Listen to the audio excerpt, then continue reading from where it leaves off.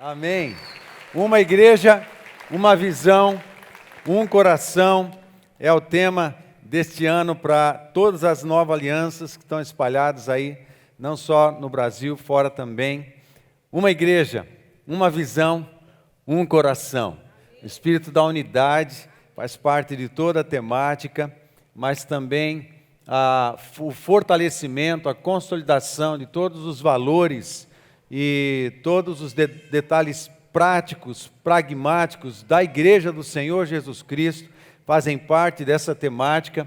Também a necessidade de uma visão, de uma direção, da gente caminhar juntos e todos no mesmo caminho para alcançar os mesmos alvos e propósitos, mas também um só coração, uma dedicação, esforço, sentimento, vontade, decisão, da gente caminhar junto, da gente resolver as paradas que forem necessárias para a gente poder cumprir o nosso propósito e o propósito de Deus aqui na terra. Amém, gente?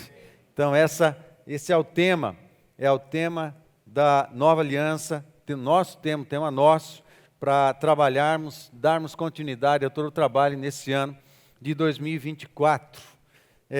No final, você tem um marcador de página, né, com o tema, e você pega ao final, você pode pegar quantos você quiser para ajudar você a ficar bem lembrado aí da temática desse ano, e a gente vai produzir novos materiais, e aí a gente vai trabalhando e consolidando e trabalhando em cima desse tema que é tão importante para todos nós. Muito bem.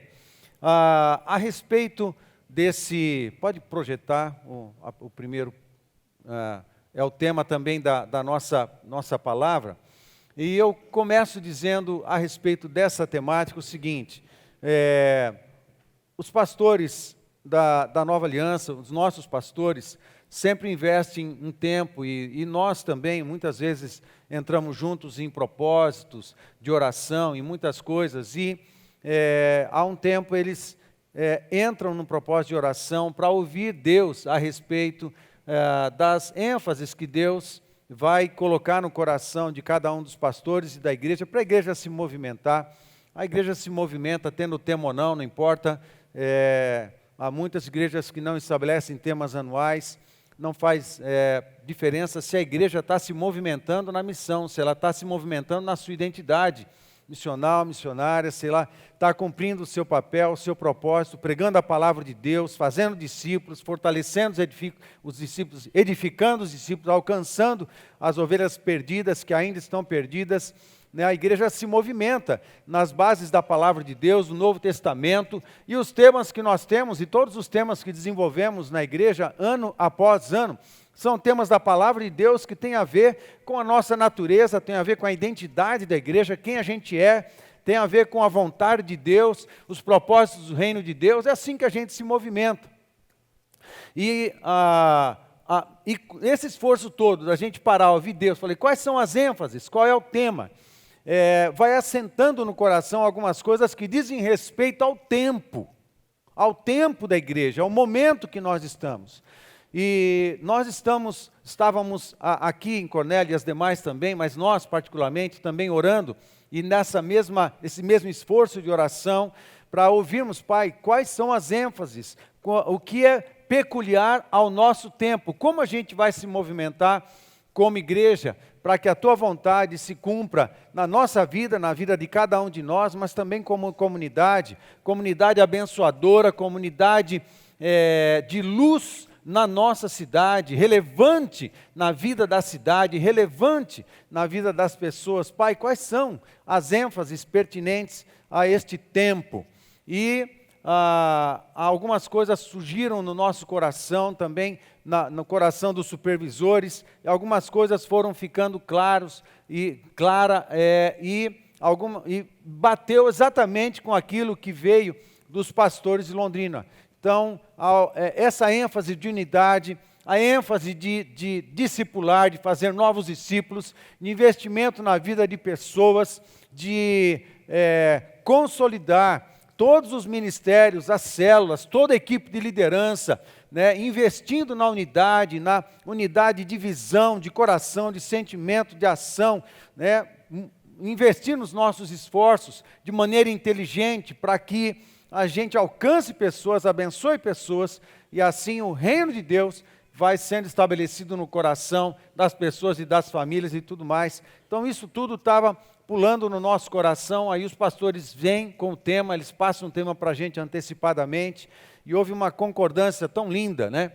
Unidade, né? Uma só igreja, a gente se movimentando forte na mesma direção, para alcançar os mesmos alvos, dentro de uma só visão, e com a mesma motivação, com o mesmo calor, com a mesma chama no coração, que faz a gente se movimentar para adorar o Senhor numa vida cristã e numa vida de adoração que é vertical e numa vida de serviço, de amor, que é horizontal, tocando em pessoas, abençoando pessoas, de forma que a gente está se movimentando e percebemos uma unção, um espírito que é comum entre todos nós, que é comum em Londrina, comum aqui também, em muitas igrejas Nova Aliança. A respeito do tema, uma igreja, uma visão, um coração, um pouco a respeito dessas três frases curtas, né?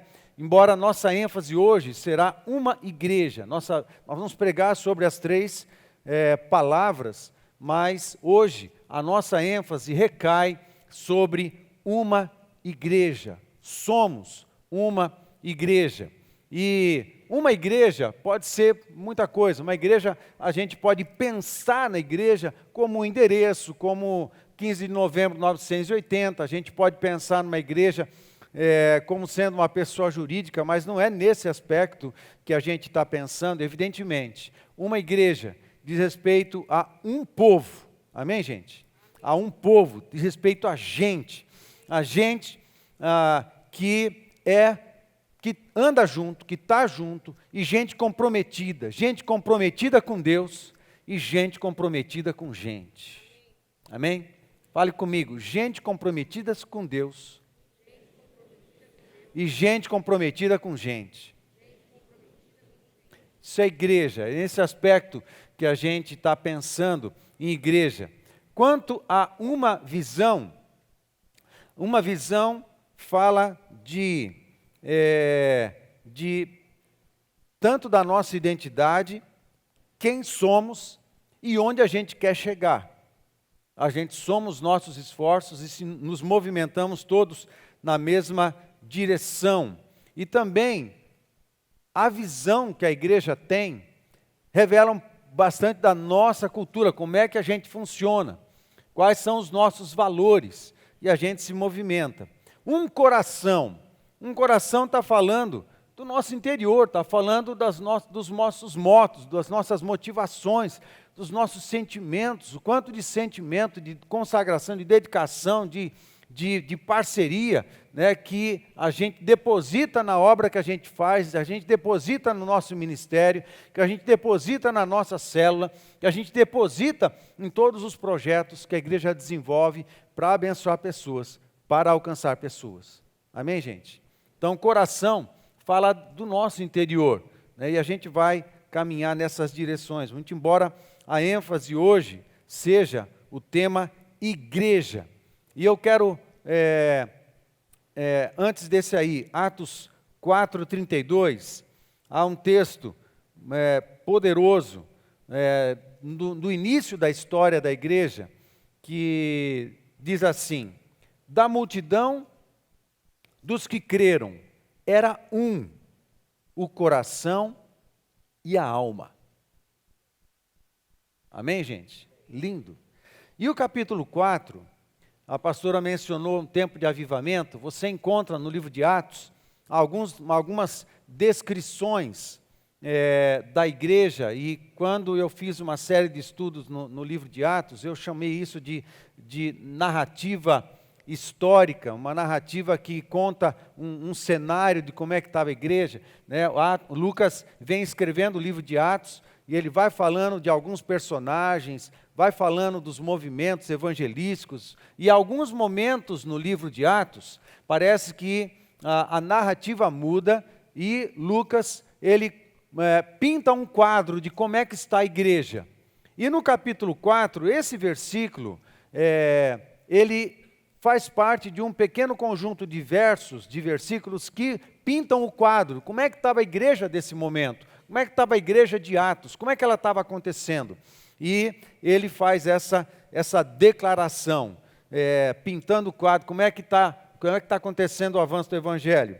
E da multidão dos que creram era um, ou seja, ele está descrevendo não só o status da igreja, ele está descrevendo a conduta, a ética, como é que eles estavam funcionando, os valores que permeavam o movimento da igreja. E no capítulo 4 e no capítulo 5 de Atos, existe um mover de avivamento. No capítulo 2, no capítulo 4, no capítulo 5, os primeiros anos, há moveres de avivamento. O gráfico, ele se movimentava, alguns picos de avivamento no movimento da igreja. E o capítulo 4 e capítulo 5, ele descreve esses momentos, né? Ananias e Safira, ou seja, em tempos de avivamento, o cinto aperta, o caminho é estreito, tem que estar alinhado. Amém, gente? Mas logo depois, na sequência do capítulo 4, 32, ele vai sequência, Ananias e Safira, logo depois de Ananias e Safira, do episódio que aconteceu com a morte do casal, que mentiu, aí acontece uma nova onda de avivamento, sobe, porque os avivamentos, eles precisam de um povo comprometido, e comprometido com a santidade. Comprometido com a santidade. E assim eles explodiram em novo mover de crescimento do Evangelho e da Igreja do nosso Senhor Jesus Cristo. E no capítulo 4 também, um só unidade, um só coração e uma só alma. Amados, esse mover de unidade, ele prepara. Salmo 133 fala isso, o Senhor abençoa a unidade, né? O Senhor abençoa a unidade. Existem bênçãos e poderes e unções e graças e milagres que são dispensados do céu somente sobre algumas camas, somente sobre algumas situações. E nós é que preparamos essas situações, evidentemente, com a ajuda do Espírito Santo.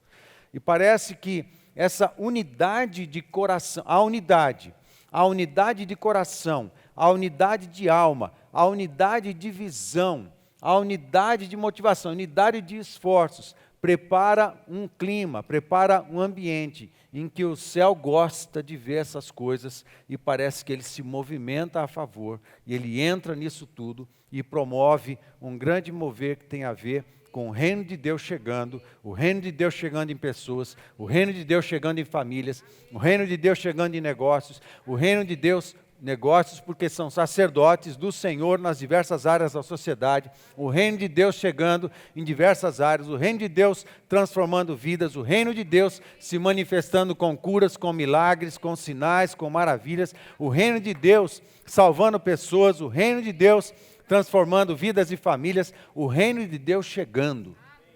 Amém, queridos? Então, é o reino de Deus, não somos nós que produzimos, mas a gente prepara a cama. A gente prepara o ambiente, a gente prepara o clima. É assim na sua casa também. É assim na sua casa. Está precisando de milagre? Prepara o ambiente. Dá perdão. Produz unidade. Unidade na vida conjugal. Unidade com os seus filhos. Filhos, unidade com os seus papais. Filhos, unidade com os seus papais. Produz isso.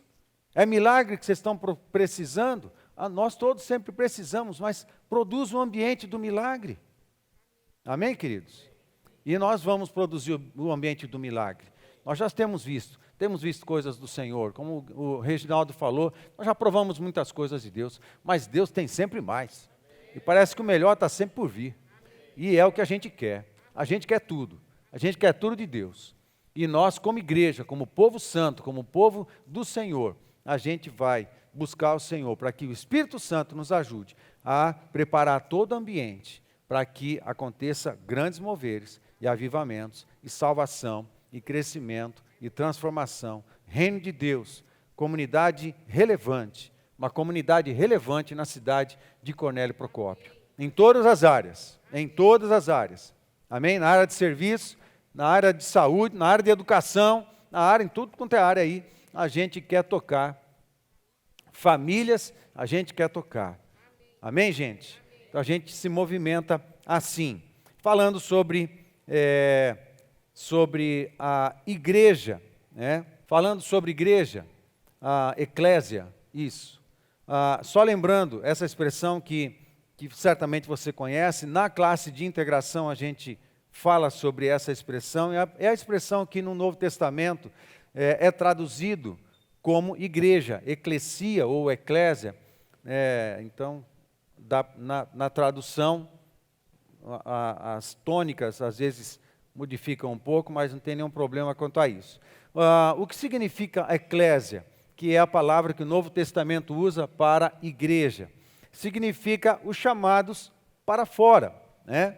Eram aqueles grupos no mundo grego, aquelas reuniões, aquelas assembleias, né, em que filósofos, professores, pensadores, gente de autoridade, né, do governo das cidades, convocavam alguns da sociedade civil e pessoas importantes, relevantes, se juntar em alguns lugares para conversar, para bater papo, para filosofar e para tomar, às vezes, decisões que davam direções para toda a sociedade, né?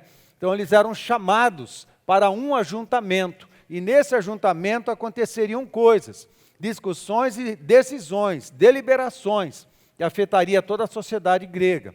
Então, Jesus empresta essa palavra e usa essa palavra para os chamados, para os discípulos, com a ideia de que os discípulos de Jesus, aqueles que entram no time da família de Deus, eles entram numa igreja, eles são chamados para fora. Para fora de quê? Para fora do mundo pecaminoso, para fora do sistema pecaminoso. A gente está no mundo, a gente continua no mundo e a nossa missão é no mundo. Amém, gente?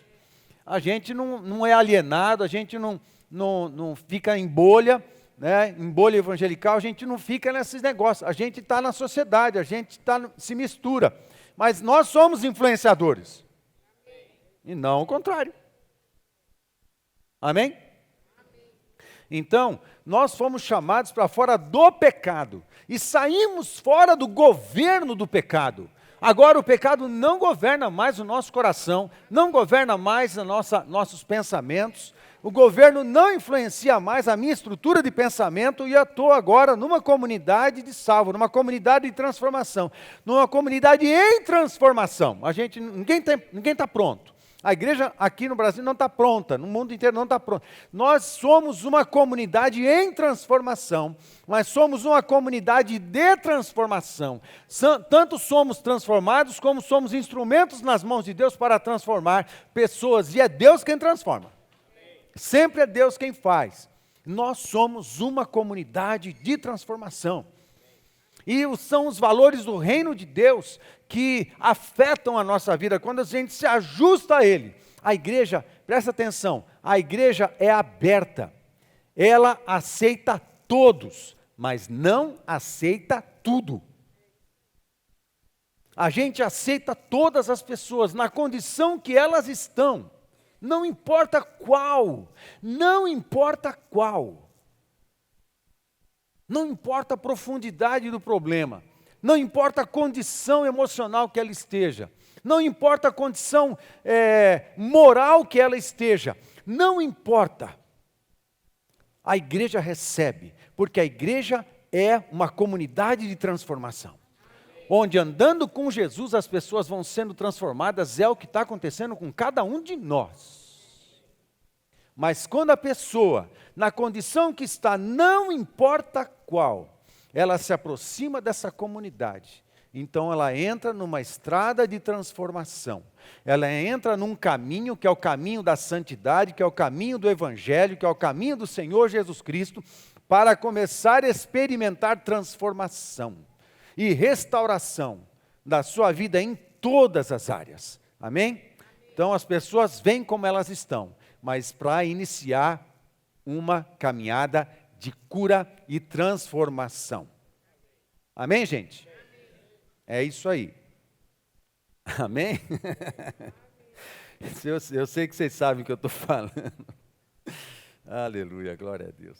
Muito bem, nós somos chamados, graças a Deus, nós somos chamados por Jesus, né? E estamos sendo transformados. E somos instrumentos de transformação na vida das pessoas também. Glória a Deus. Interessante que, quando Jesus menciona essa palavra, menciona só 2 vezes a palavra eclésia, ou eclesia, somente 2 vezes. Uma em Mateus 16, outra em Mateus 18. Em Mateus 16, Jesus menciona o seguinte: também eu te digo que tu és Pedro, e sobre esta pedra, tu és Pedro, e sobre esta pedra, Jesus falando, ok? Amém, gente? Tu és Pedro, e sobre esta, não sobre essa, sobre aquela, sobre esta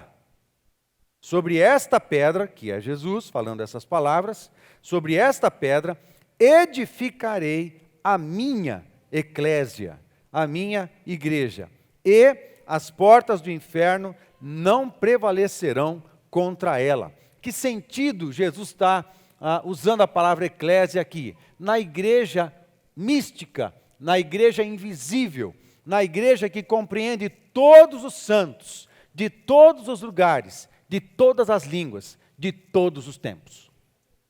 Amém? Esse é o primeiro sentido aqui em Mateus 16, quando Jesus menciona a palavra eclésia. E a segunda menção que Jesus faz está em Mateus capítulo 18.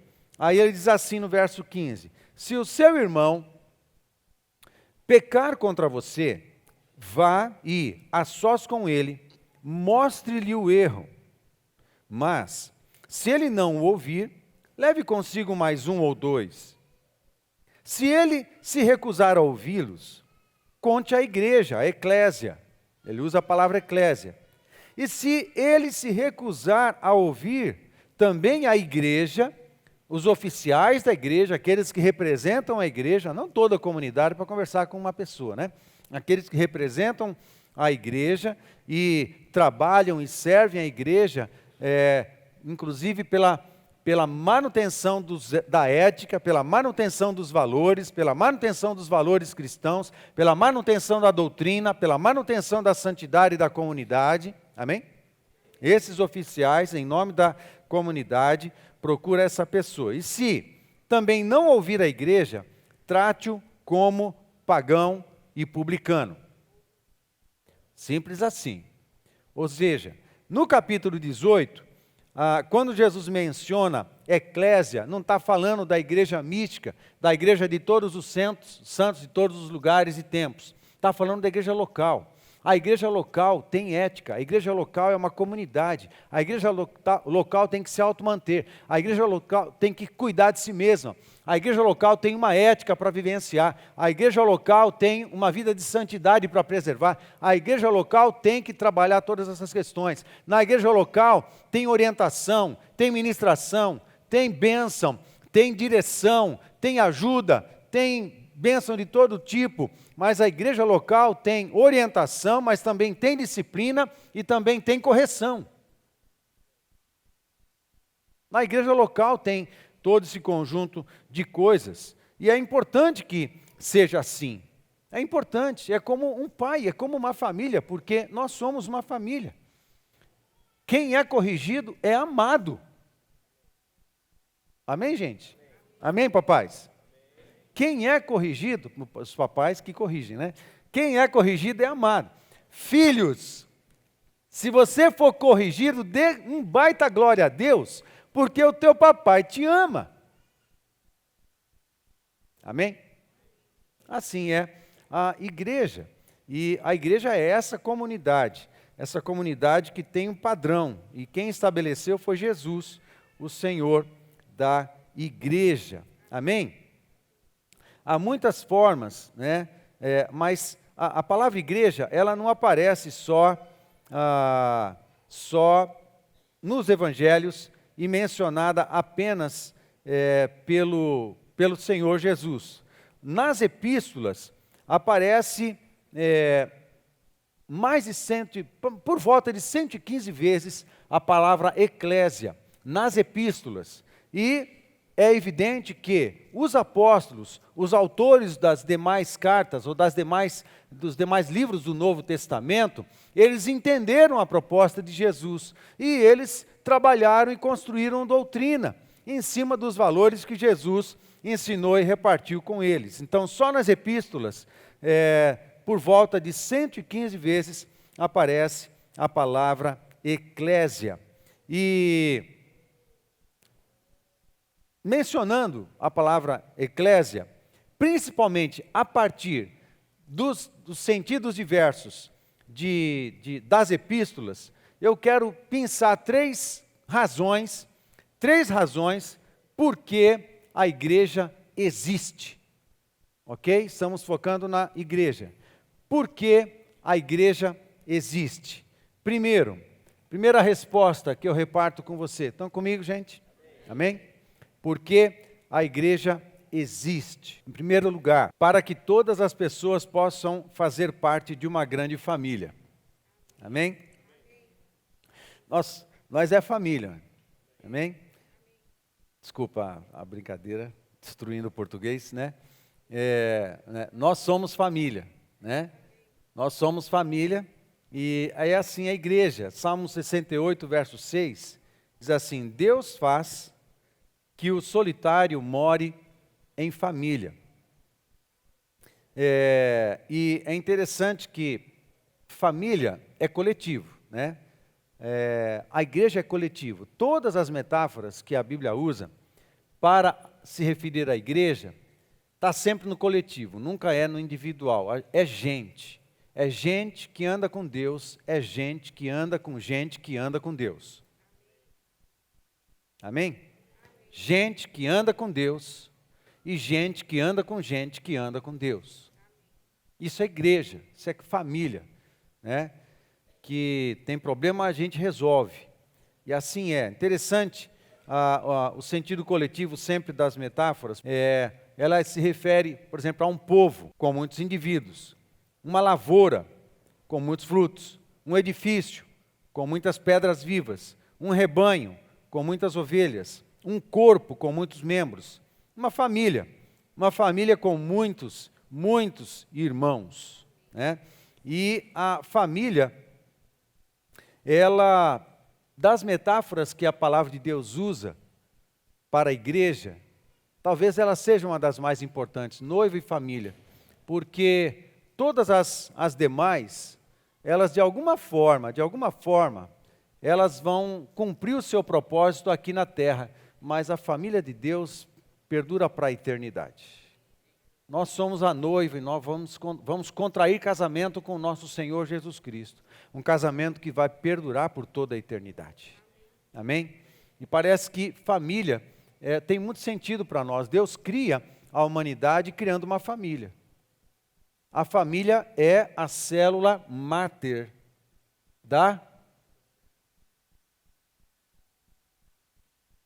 no meu tempo de escola, isso era bem massificado, né? Que a família é a célula máter da sociedade, né? A pastora tinha uma outra frase parecida com essa, que a família era a mola mestra da sociedade. Precisa ser preservada.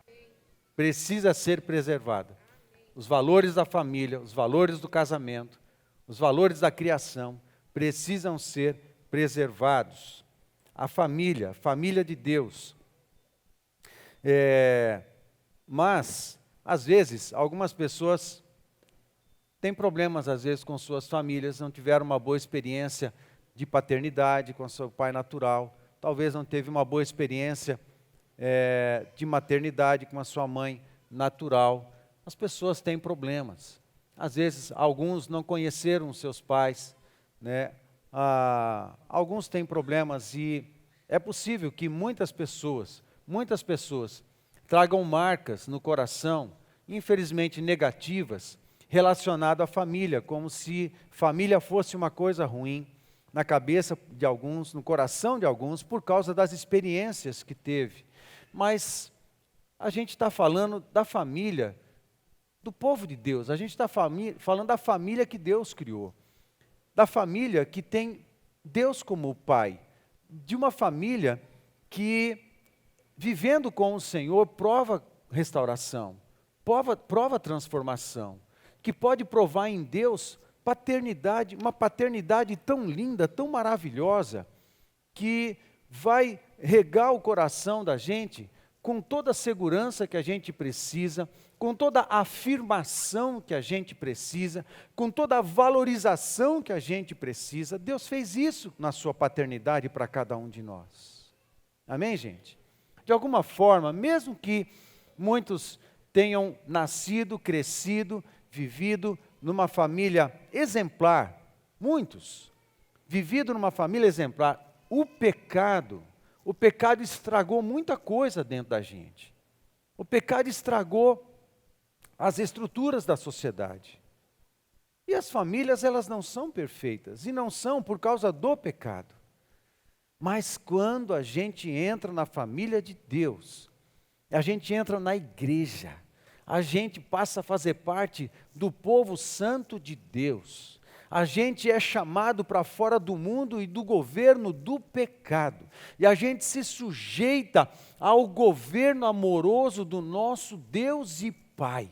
A gente começa a aprender o que é ter um pai de verdade, o que é a verdadeira paternidade, o que é uma verdadeira família, o que é se sentir aceito, o que é se sentir amado, o que é se sentir valorizado, o que é jamais se sentir rejeitado, o que é se sentir abraçado e seguro no dia da luta, da tempestade, o que é se sentir tranquilo e provido no dia da dificuldade. A gente entra numa família e começamos a aprender que Deus é Pai, Deus é Senhor, Deus é Salvador, Deus é Pai, Deus é provedor, Deus é Deus de aliança, Deus é bom, Deus é generoso, Deus é protetor, Deus é vitorioso, Deus é cuidador, Deus é tudo isso. E isso a gente não aprende automaticamente, a gente vai andando com Ele, vai experimentando, provando, usufruindo da sua beleza, da sua bondade, do seu amor restaurador, do seu amor protetor, do seu amor curador e terapêutico. A gente vai provando isso, porque é família. Essa família tem um pai, o pai é Deus, a gente vai aprendendo, a gente tem que reaprender tudo na nossa vida, amados, andando com Deus. Reaprender sobre ser homem, reaprender sobre ser mulher, reaprender sobre ser pai, abençoador, reaprender sobre ser mãe, reaprender a ser filho, filho obediente, filho honroso, que honra o pai e a mãe, um filho que coopera, um filho que é exemplo, um filho que dá orgulho ao papai e à mamãe. A gente, com Jesus, a gente vai aprendendo a ser tudo isso. Porque o povo de Deus é uma família, onde todo mundo cuida de todo mundo. Em que outro lugar alguém aparece com uma luta, uma dificuldade, e de repente a célula está orando, a área toda de supervisão está orando, e em muitos casos a comunidade inteira está orando e às vezes investindo tempo, está orando e fazendo visita, está orando e buscando na casa para levar para o hospital, está orando, mas também está investindo grana e abençoando essa pessoa, não tem nenhum laço familiar de sangue, mas ele é da comunidade, a gente está junto, a gente pode dar suporte, que em outro lugar você encontra alguma coisa parecida com isso, só na igreja. É perfeito? Não, nós não somos. E não temos a síndrome de perfeição e dizer que tudo funciona perfeitamente. Não, é como numa família. A gente resolve os problemas, né? A gente tem luta, dificuldade, mas a gente resolve nossos problemas. E segue. É assim que é uma família, é assim que a gente vai funcionando. A gente vai para Efésios 2,19, a gente encontra o seguinte texto: portanto, vocês já não são estrangeiros nem forasteiros, mas concidadãos dos santos e membros da família de Deus. Como isso é importante. Como isso é importante. Saber a origem. Agora eu tenho uma origem em Deus. Amados, agora eu pertenço. A necessidade de pertencimento. Eu pertenço a uma família. Eu pertenço a uma comunidade. Eu faço parte. Eu faço parte de um povo. Nós precisamos dessa sensação. Nós não estamos sozinhos. Você não está sozinho, irmão. Você não está sozinho. Nós fazemos parte. Amém? Essa família tem um pai. Deus é nosso pai. Essa família, ela é grande. Ela tem muitos irmãos. Muitos irmãos. Muitos irmãos. Essa família, ela tem filhos. Pessoas que estão nascendo, filhos tenros. A gente cuida deles. Essa família, ela tem vínculos de relacionamentos, e esses vínculos vão sendo depurados, santificados, por causa dos valores do Evangelho. A gente deve se permitir sermos ministrados pelo Espírito Santo, para que todos os vínculos que nós temos sejam sempre abençoadores. Todos os vínculos de relacionamento sejam abençoadores. Todos os vínculos que eu tenho com a minha célula sejam abençoadores. Todos os vínculos que eu tenho com a minha liderança sejam abençoadores. Todos os vínculos que eu tenho com os meus liderados sejam abençoadores. Uma comunidade irresistivelmente abençoadora. Amém comigo? Amém, amados? Uma comunidade irresistivelmente abençoadora. Que não perde oportunidades para abençoar pessoas. Amém? A gente está trabalhando para sermos isso. Mas isso todo mundo está trabalhando nessa direção. Eu já fui muitas vezes abençoado pela igreja. Muitas vezes. Sempre fomos abençoados.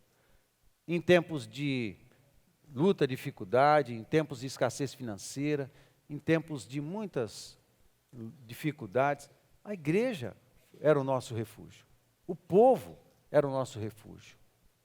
Nossos pastores eram o nosso refúgio.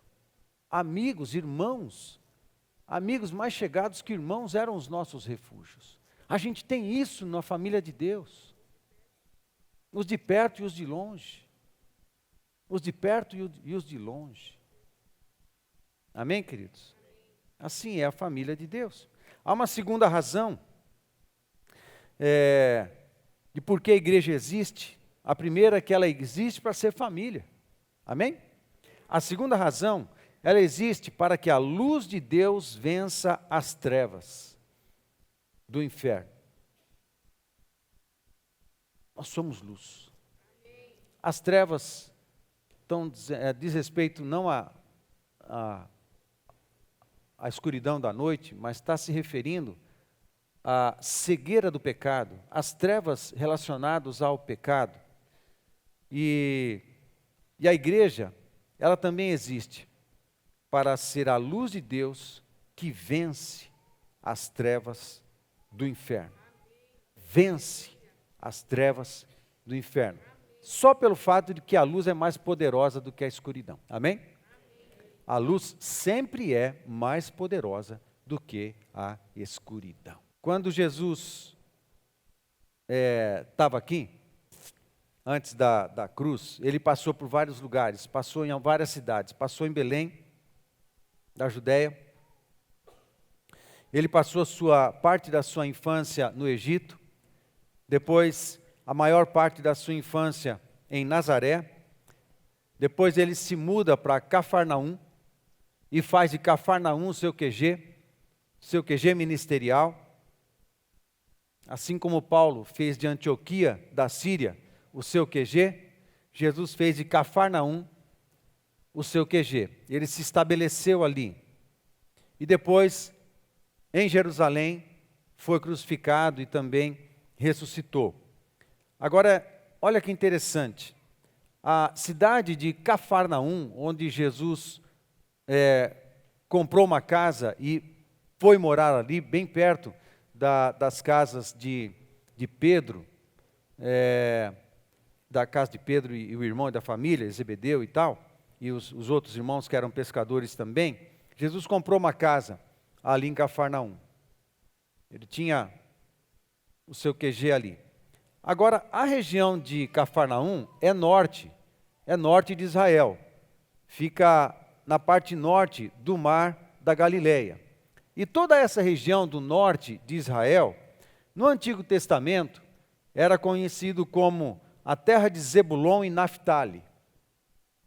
E na época do profeta Isaías, Zebulon e Naftali foram as primeiras cidades conquistadas e praticamente destruídas pelo Império Assírio, na época do profeta Isaías, mais especificamente no ano 722, por Tiglat-Pileser, que foi o rei, o imperador da Síria, que promoveu uma investida contra Israel e começou conquistando o Reino do Norte, conquistando todo o território de Israel, ali a partir do ano 722.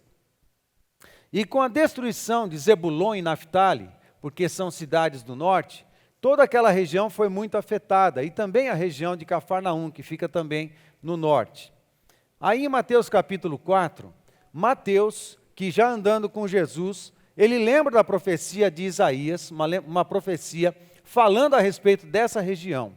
E ele diz assim: saindo de Nazaré, verso 13 do capítulo 4 de Mateus, saindo de Nazaré, foi viver em Cafarnaum, que ficava junto ao mar, na região de Zebulon e Naftali.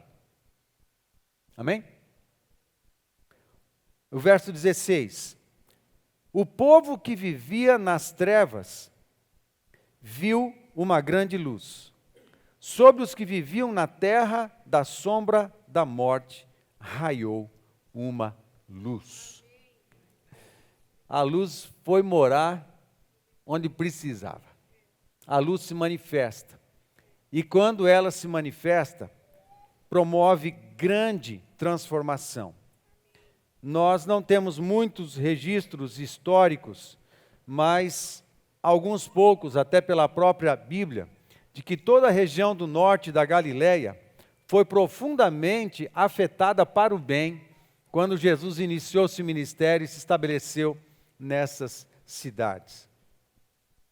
Onde Jesus está, sempre há uma grande transformação. Quais são as trevas que às vezes incomodam as pessoas?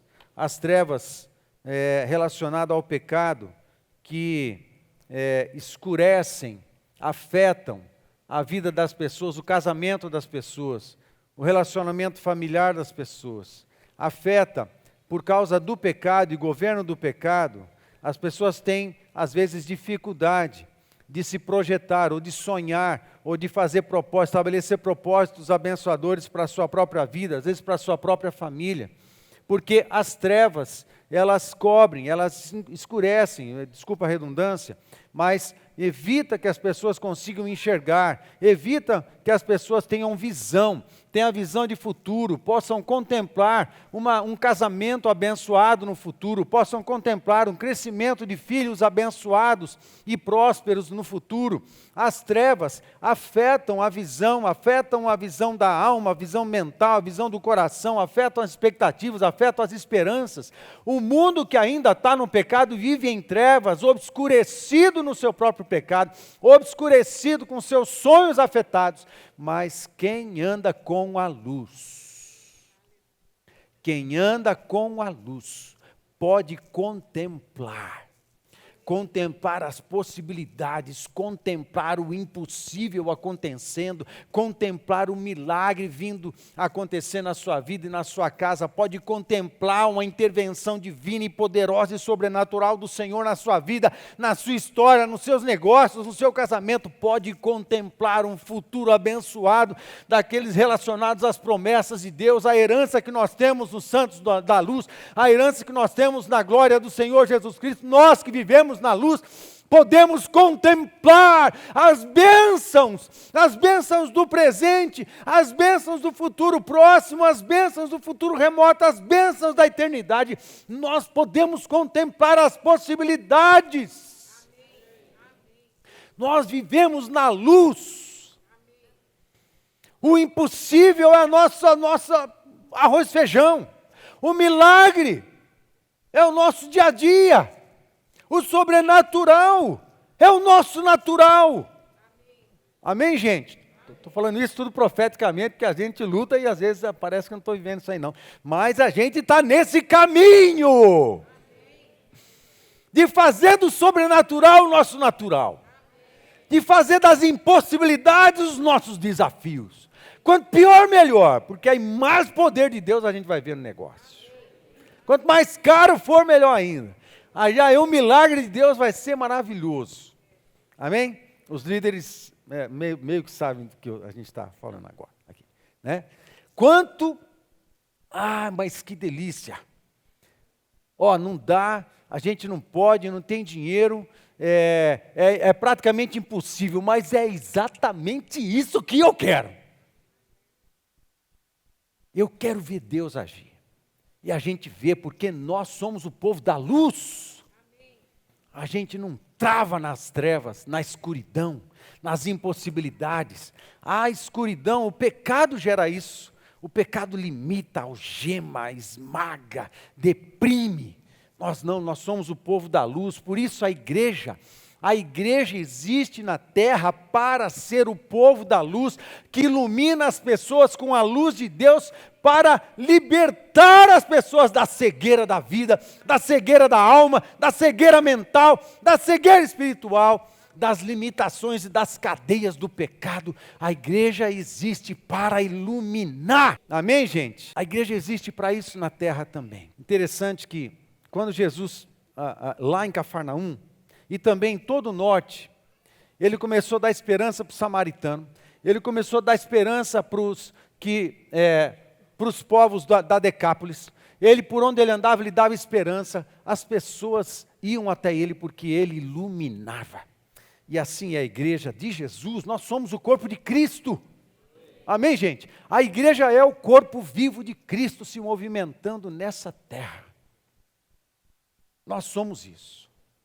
Nós somos isso. Quer você sinta ou não. Quer você se ache assim ou não. Quer você se veja assim ou não. Você é. Você é o povo da luz. Amém? Você é o povo que lida com o impossível com tranquilidade. Nós somos esse povo aí. Família de Deus. Amém, queridos?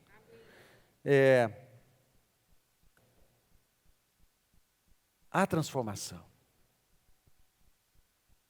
Uma oração pode mudar muita coisa no teu escritório. Uma oração pode mudar muita coisa no teu departamento. Um tempo de oração e dedicação, e jejum e consagração pode mudar o teu projeto. Pode fazer ele dar certo. Um tempo de oração e consagração pode fazer a diferença, porque pode chamar a intervenção de Deus aonde precisa. Na tua vida. Pode trazer luz. Ninguém está vendo. Amém? Ninguém está vendo a solução. Mas você é da luz. Você enxerga o que ninguém enxerga. E mesmo que você não esteja vendo claramente o resultado, eu creio. Eu sei, que fé é convicção, eu sei que Deus pode intervir, ainda não sei direito o que Ele vai fazer, mas que vai fazer um negócio lindo, vai. E eu descanso até no que eu não sei, mas sei que vai fazer. Então a gente é o povo da luz, assim que a gente se movimenta. Colossenses, capítulo 1, verso 13 e 14, diz assim: Ele nos libertou do império das trevas e nos transportou para o reino do Filho do seu amor, no qual temos a redenção, a remissão dos pecados. Amém? Não é um bom negócio viver longe de Deus, não é um bom negócio viver longe da igreja, não é um bom negócio ficar se divertindo e andando nas proximidades do pecado e de uma vida que não tem um compromisso com Deus. Porque o diabo não está brincando, e a gente também não pode dar mole. Amém? Como diz aquele texto da Bíblia, não dê mole para o diabo. Né? Não está escrito isso não, mas essa ideia é verdadeira. Né? Mateus 16, 18, eu edificarei a minha igreja, e as portas do inferno não prevalecerão contra ela. É assim que a gente se movimenta. Assim que a igreja se movimenta. No inferno há trevas, no pecado há trevas, no mundo há trevas. Mas nós somos o povo da luz. Amém? Amém. A terceira razão de por que uma igreja existe é para que o reino de Deus seja estabelecido na terra. Vamos fazer uma brincadeira? Antes de dar seguimento no próximo item, pega teu celular. Agora pega o teu celular. Deixa a lanterninha aí no... ainda não acende não, ainda não acende não. Deixa apagado, mas fica com o botão perto aí. Pode abaixar a luz aí quase completamente. Aí a gente vai acendendo lentamente. Amém? Vamos fazer isso? Vem comigo? Vamos fazer? Vai acendendo lentamente as luzes do seu celular, lentamente. Não todos de uma vez só, vai acendendo. Pode baixar. Espera eu começar. Gente, apaga esses negócios, por favor, já falei. Apaga aí, ó. Apaga aí, irmão. Tá todo mundo no jeito, né? Ó, vamos lá. Pode baixar um pouco mais a luz aqui. Eu sei que na filmagem... Gente, você que está em casa, vendo a filmagem, tem paciência, né? Faz aí em casa também. Vamos lá. Aí a luz do meu... É fraquinha, mas vai, né? Vai acendendo aí devagarzinho. Agora vai.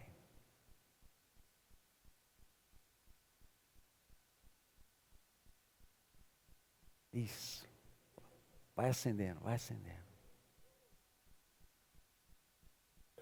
Não faz. Agora vai olhando aí. Pode olhar para a galera. Vai olhando aí. Vai olhando aí. Nós somos o povo da luz. No mundo em que ninguém vê ninguém. Amém? No mundo em que ninguém vê ninguém e que ninguém vê possibilidades, nós vemos. No mundo em que ninguém vê solução, nós vemos. No mundo em que não acredita mais na restauração de um criminoso, nós acreditamos. No mundo em que não acredita mais na recuperação de um drogado, nós acreditamos. No mundo em que não acredita mais na recuperação financeira de uma empresa quebrada, nós acreditamos. No mundo que não acredita mais na salvação de um casamento ou de uma família, nós acreditamos. Porque nós somos o povo da luz, porque a luz de Deus brilha em nós. E nós brilhamos nesse mundo como igreja. Amém, gente? Balança assim, ó. Faz dança, a gente ainda ilumina dançando. A gente ilumina adorando, louvando.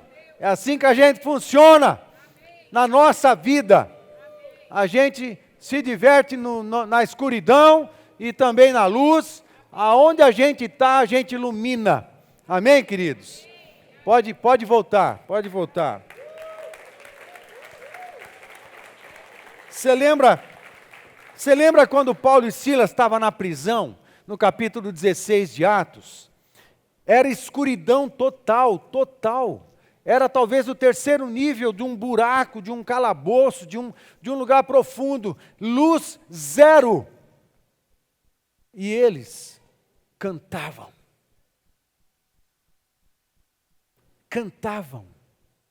É uma boa coisa de se fazer quando a gente entra em momentos em que uma pessoa normal entraria em desespero. Começar a cantar.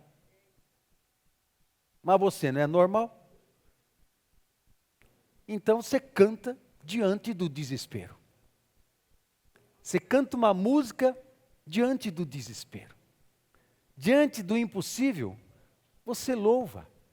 Você canta uma música bem afinadinha.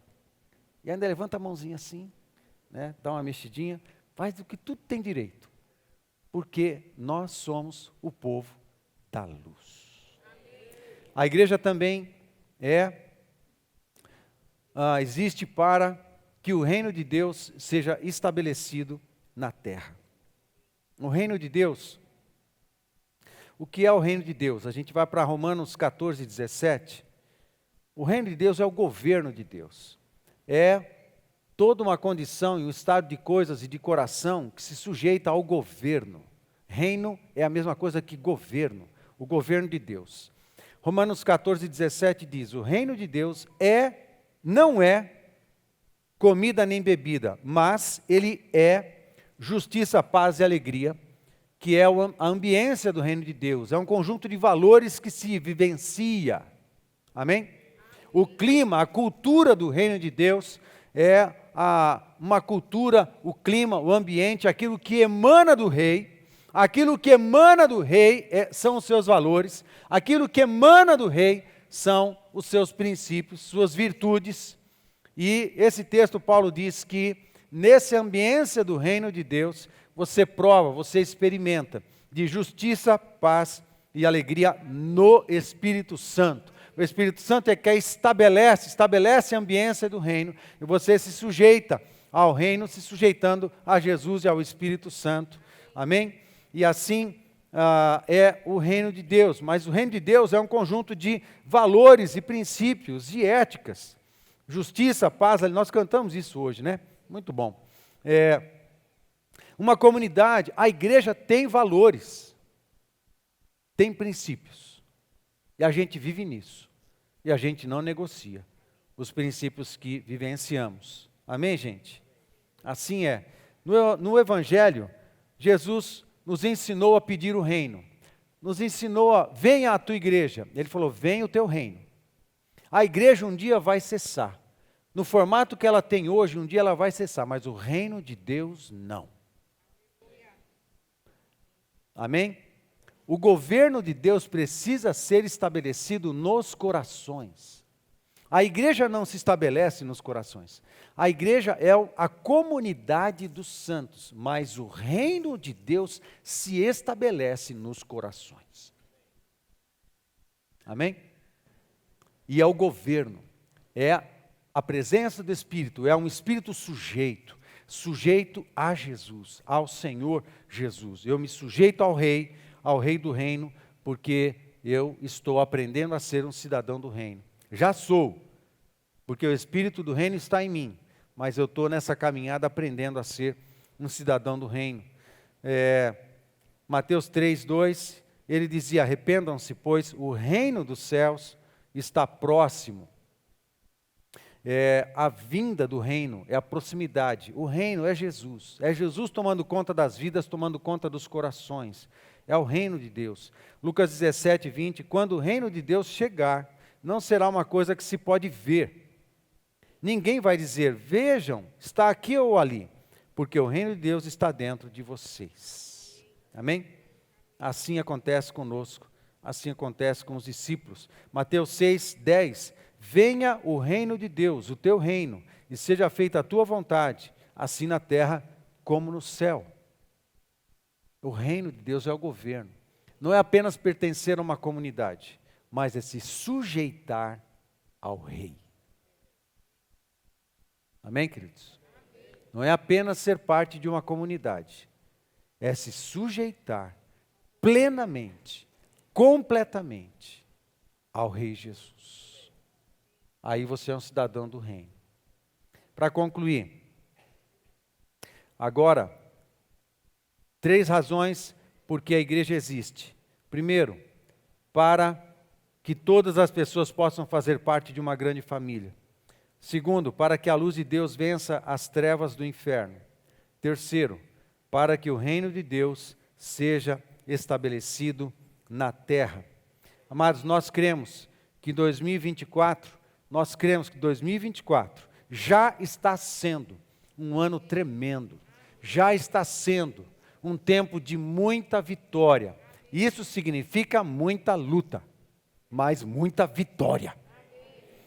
2024 será um ano que nós temos convicção que vamos experimentar muita coisa nova de Deus. Nós temos uma convicção que a gente vai ver muita coisa linda de Deus acontecendo nas nossas vidas, nas nossas famílias, nas nossas células. Nós temos convicção que Deus vai trazer à existência muitas coisas que são incubadas no céu. Deus vai trazer à existência agora em 2024 e algumas serão tão grandes que vão precisar de alguns anos para se estabelecer completamente. Mas vai começar a liberar no ano de 2024. Muita coisa linda está acontecendo, é um ano especial, por isso eu peço a você, se consagre. Seja o povo da luz, o povo da família, o povo da luz, o povo do reino. Seja família, seja luz, seja um cidadão do reino dos céus. Eu peço a você, se envolva. Amados, nós precisamos multiplicar os voluntários do Inakids.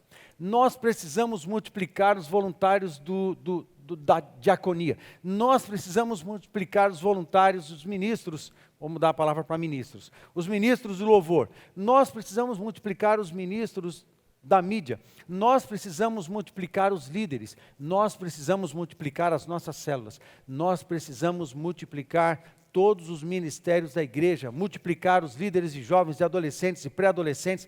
Nós precisamos multiplicar o Ministério Viva Mais, o Ministério de Casais, empreendedorismo, que vai nascer esse ano também.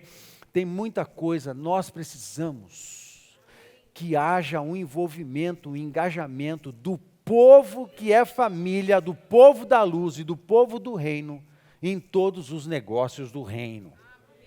Amém, queridos? Envolva-se. Procura teu líder, fala com ele onde você quer se envolver e se aproxima, porque tem muita gente nas trevas que precisam provar da luz do Evangelho que brilha em nós e a gente precisa brilhar para elas e fazer esse negócio chegar lá. Amém, queridos? Vamos ficar de pé, pega a sua ceia.